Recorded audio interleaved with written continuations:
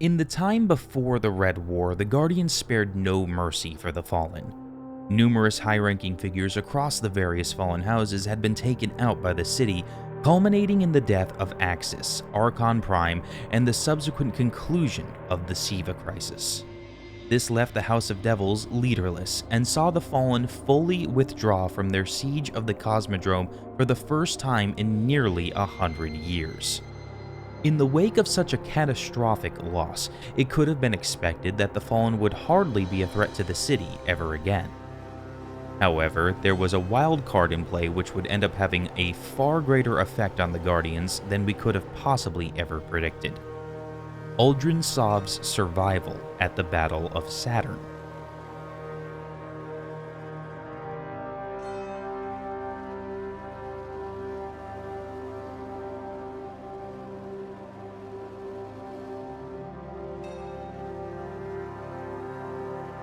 Blown away by the force of Oryx's attack at Saturn, Uldren's ship was thrown from the site of the battle across space, eventually crash-landing upon Mars. Distraught and enraged at the loss of his sister and his kin, Uldren is left but with a single thread to pull upon.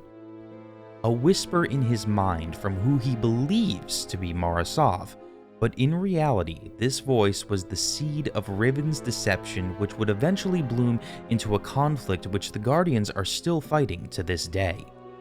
Uldren was now driven by a singular goal: find a way to reconnect with his sister, Morozov, whatever the cost may be.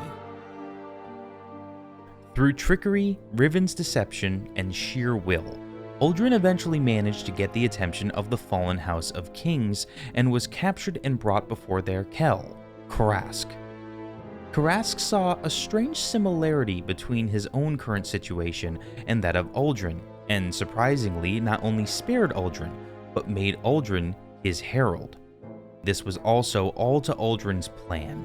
Uldren sent word to all of the remaining fallen houses in the system to unite, not for an individual cause, but purely for survival. It is during this time that Uldren first encounters and inadvertently saves the scorned Baron Fikrul. Fikrul and 7 other dregs, formerly of the House of Exile, had named themselves the Scorned Barons, becoming a well-known source of terror for much of the Reef. During a House of Kings raid on the Reef, Fikrul was found by Uldren, dying by wounds inflicted by a hunter's golden gun. Uldren feels remorse for the Archon and wishes for it to live. And Riven, still in Uldren's head and being the opportunistic wish dragon that she is, brings Fikrul back to life as the first of the Scorn. Now, I won't go deeply into the relationship or go into the Barons all that much, as the Scorn and the Fallen are considered completely separate races, but what is important here is that Fikrul is utterly devoted to Uldren and his cause, and assists Uldren in eliminating the KELL of Kings. Uldren becomes KELL. No longer would the Fallen be separated in the way we once knew. The fallen houses of Exile, Devils, Kings, Winter, and Wolves had all come to heel under a new KELL and a new banner: the House of Dusk. He has come to the realization that it no longer matters if he doesn't know what to do or if he's doing the right thing. What matters is that he wants. If he wants to find Mara and save her, if he wants to do the right thing fiercely enough, if his intentions are good and powerful, he will find the way. He just has to believe in himself. No more paralyzing analysis, no more painful regrets. He has to go forward without doubt.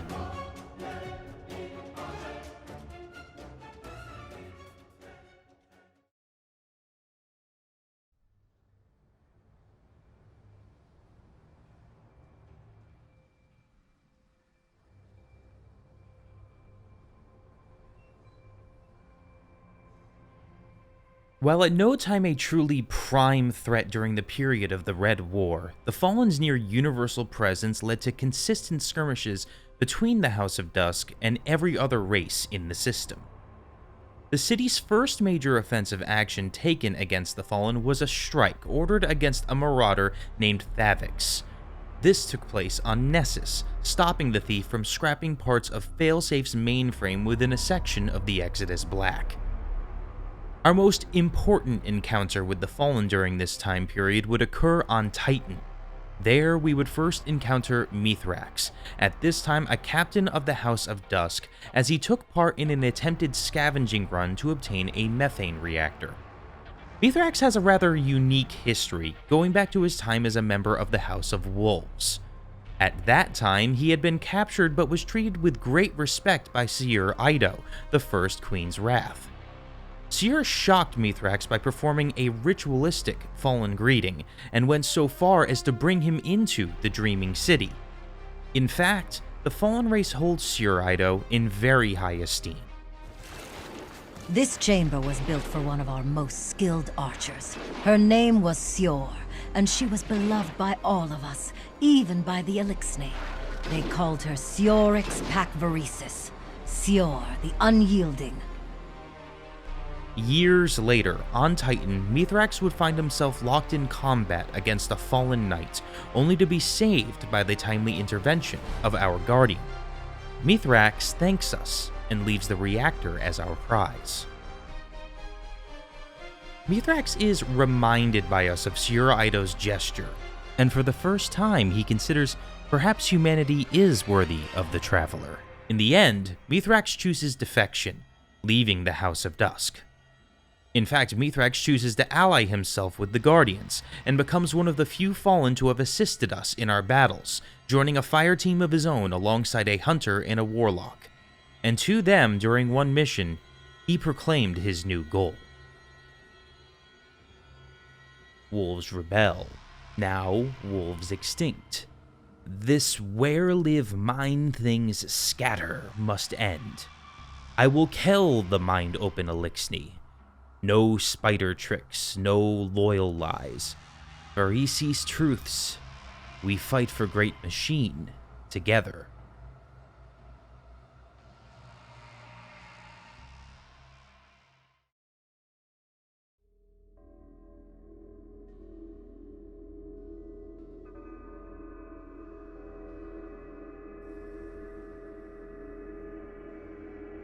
At this point, we pivot to take a look at the Warden of the Prison of Elders, Variks, who is arguably the most important Fallen figure left in the Destiny universe.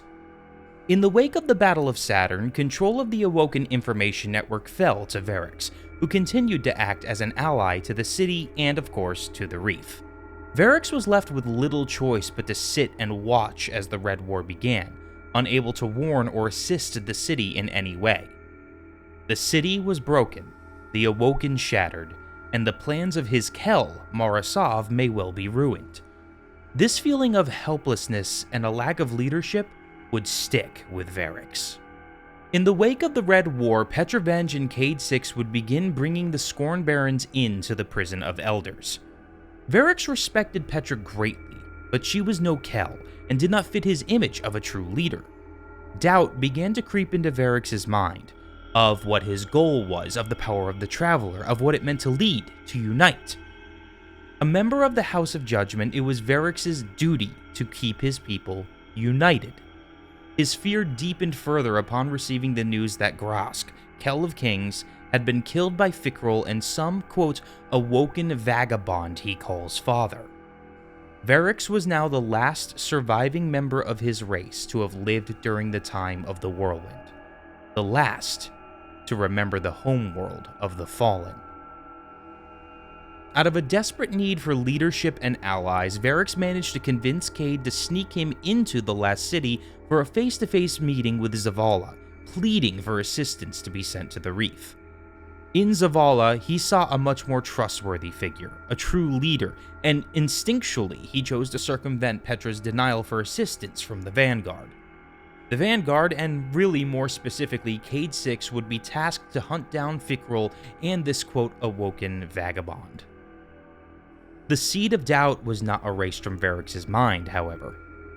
In a dream, Variks was transported to unknown space, the realm of the Nine, and chided for his reliance on others, specifically the Guardians.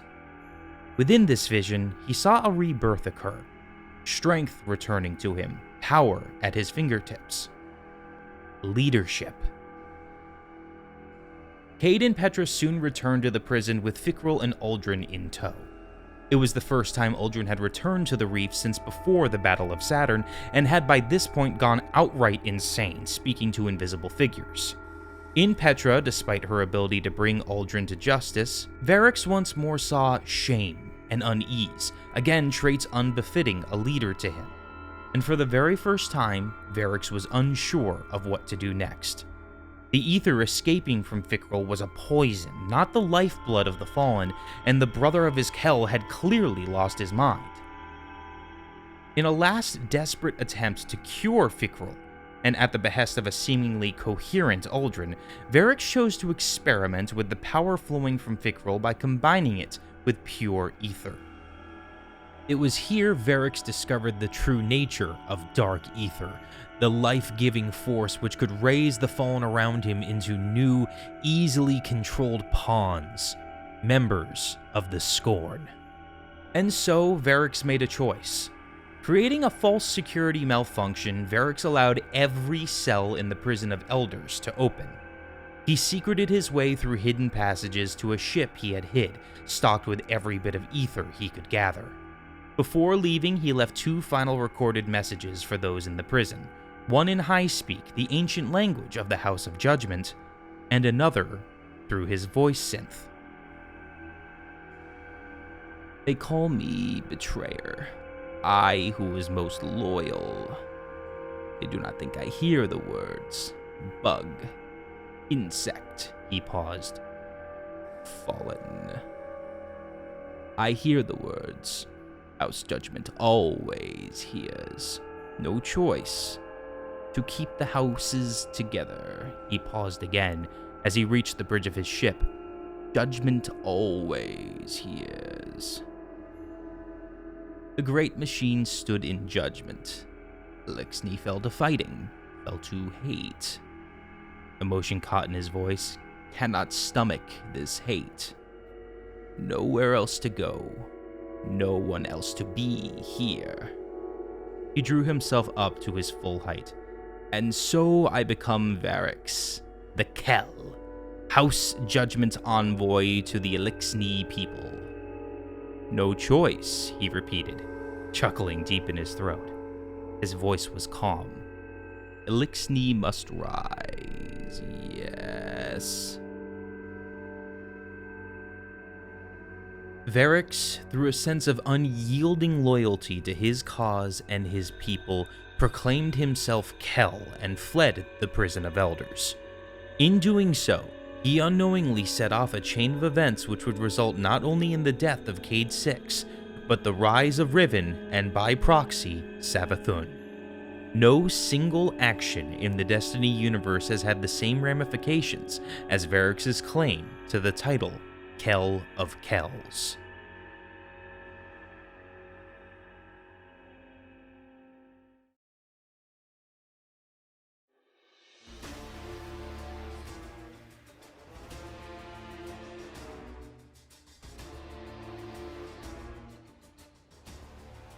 With Uldren and the Barons now freed from the Prison of Elders, they infest the tangled shore, much to the chagrin of the Fallen occupying the space, and most notably the Fallen Dawn himself, the Spider. The Spider and his followers spurn traditional Eliksni ways in favor of more human tendencies. His syndicate itself is shaped by his studies of human history, and while a shrewd and ruthless businessman, he treats his underlings surprisingly well, including injury pay in the form of continued ether delivery. In fact, his interest in human culture is so great that his prized possession, locked in a vault underneath his chair, is Starry Night by Vincent van Gogh, and it is implied that he's also in possession of the Mona Lisa. The Spider has a long history with the city as well as the Awoken, which is filled with secret trades and bargaining, but the most important deal he ever struck was with Mara Sov herself. As the dreaming city was evacuated, Mara made an offer to the Spider. keep watch over the watchtower and protect the dreaming city from outside invaders, and the reef would be for all intents and purposes his.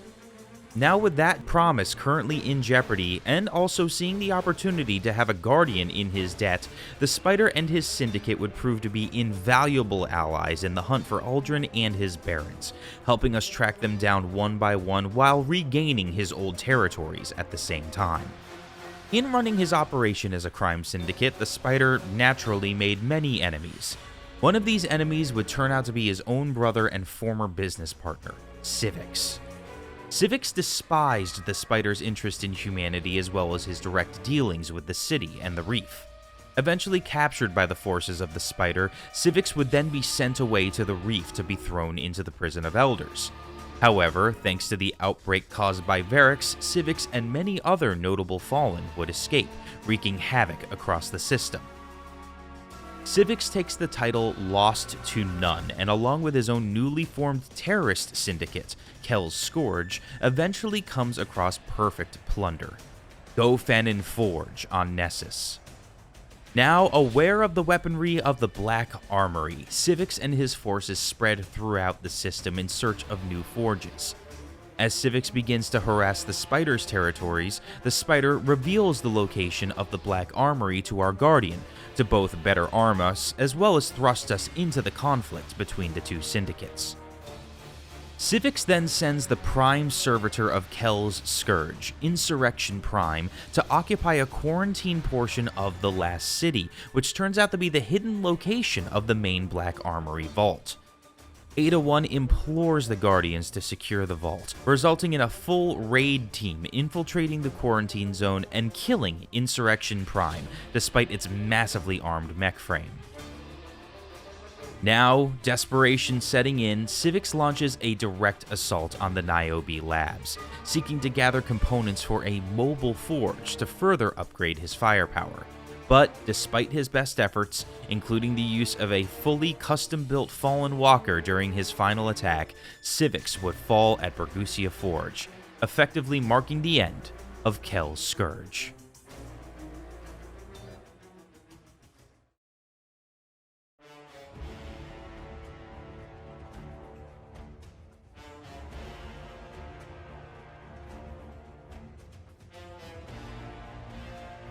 Variks was far from the only Fallen to have escaped from the prison of elders. While a few of these figures would end up being eliminated through posted bounties by the Spider, one of them has proven to be far more elusive. Eramis, the ship stealer, was a baroness of the House of Devils before her capture during the events of the Reef Wars, well before the revival of our Guardian. Upon her escape, Eramis finds herself in a system which has changed much due to our actions. She first sees opportunity on Earth, learning that within the husk of the old tower was an item which could possibly revive the Devil Splicers, Outbreak Prime, or more importantly, its SIVA replicator. What Eramis did not know, however, was that she was being tracked by our very own fallen ally, Mithrax, now known as the KELL of Light. Aware that the Vanguard in the city at large would still likely not trust a lone member of the Eliksni, Mithrax leads our Guardian on a trail through the use of a fallen encoder, eventually leading us to meet him in a secret location at the farm in the EDZ. Mithrax then leads the Guardian further to the Old Tower, where loyalists of Eramis are attempting to break into the old vaults. Thanks to his efforts, Eramis's plot is foiled, but the fires of Eramis's fury burn stronger than ever.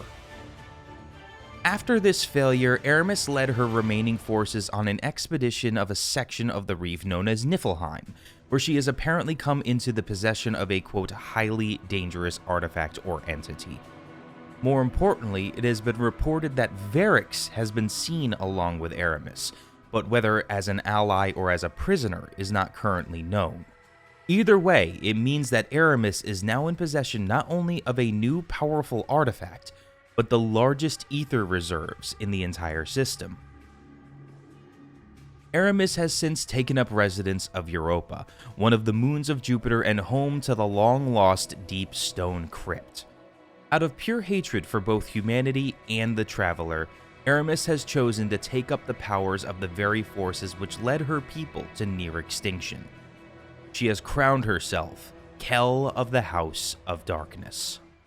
Residing directly in the shadow of a pyramid ship, Eramis gathers her strength while also digging into the old Brave facility for any and all advantages she can find. Eramis now lives for one final shot at revenge against both the Guardians and the Traveler itself.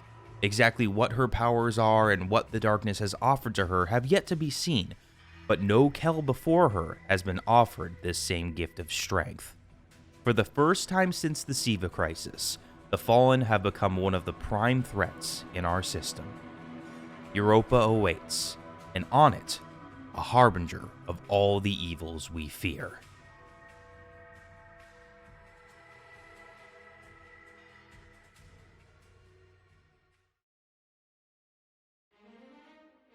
Hello everybody, it's Scan here at GLHF TV. Thank you for watching the video. I really hope you guys enjoyed it. I had an absolute blast making this video myself.